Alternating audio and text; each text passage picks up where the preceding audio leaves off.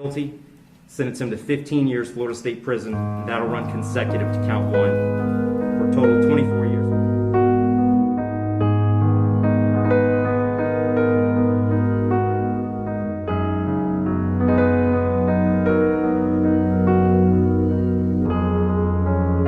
قضية كامرون هيرون أصبح حديث وسائل التواصل الاجتماعي وعطف العالم عندما حكم عليه بالسجن مدة 24 سنة. ما المختلف في هذه القضية ولماذا يتكلم عنه الجميع؟ كامرون هيرون شاب أمريكي من عائلة غنية كان في سباق سيارات وتسبب في وفاة أم وطفلتها. حكم عليه القاضي 24 سنة وأحدث ضجة في العالم من قبل ملايين من البشر يطالبون بالإفراج عنه. استغرق الحكم عليه 3 سنوات، فالقضية حصلت في عام 2018، وخلال هذه ال3 سنوات كان يعيش حياته العادية، يذهب للمدرسة الثانوية وتخرج منها وذهب للجامعة، لكنه كان ممنوع من القيادة وأيضا ممنوع من السفر. وهنا نرى محامي العائلة يطالب المحكمة بالسماح له بالقيادة وأيضا بزيارة أصدقائه في مدينة أخرى والسماح له بالسفر.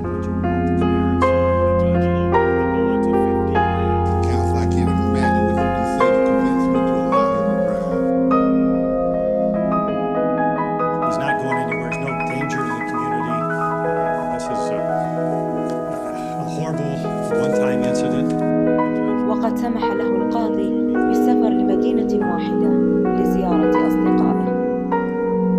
Mr. Herrin, on count 1, vehicular homicide. What plea do you want him? Guilty. It's been devastating for him and our family. The impact plays over and over in his head. It'll never go away. How could he do something so stupid? He's a bright kid.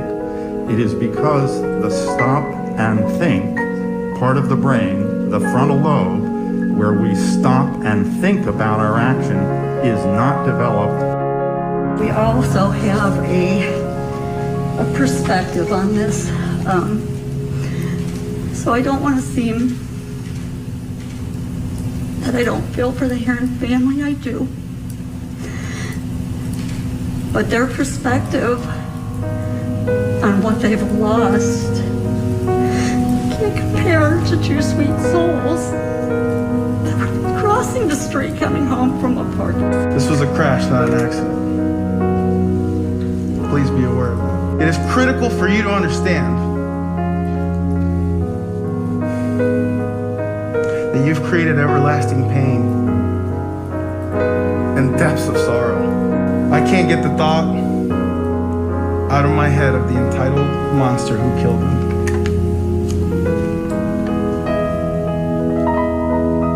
Something happens to me in this room.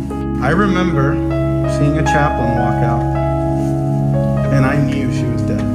I can't explain to you the effort and courage it takes to walk into that morgue and see the injuries that you created on her. نرى الآن ما حصل في المحكمة في قضية دامت 3 سنوات.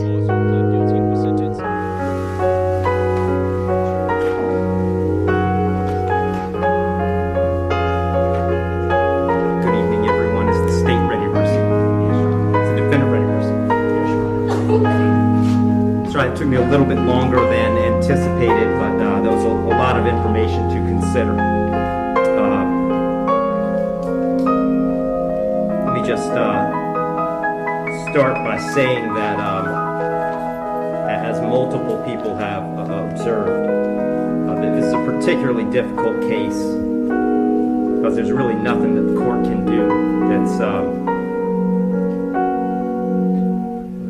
that's capable of fixing the harm that has been caused to the victims in this case.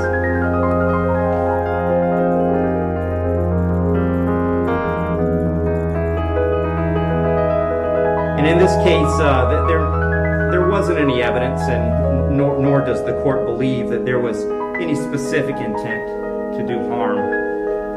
in this case to the victims. But there was intent to drive at an egregious speed, 102 miles an hour, regardless of the consequences and regardless of who that ended up harming. And then the second part of that, the second component, is the harm caused. And in this case, it's just impossible to have greater harm than the harm that occurred in this case, which was the loss of a mother, loss of a baby, and really the loss of a family as it existed when this occurred.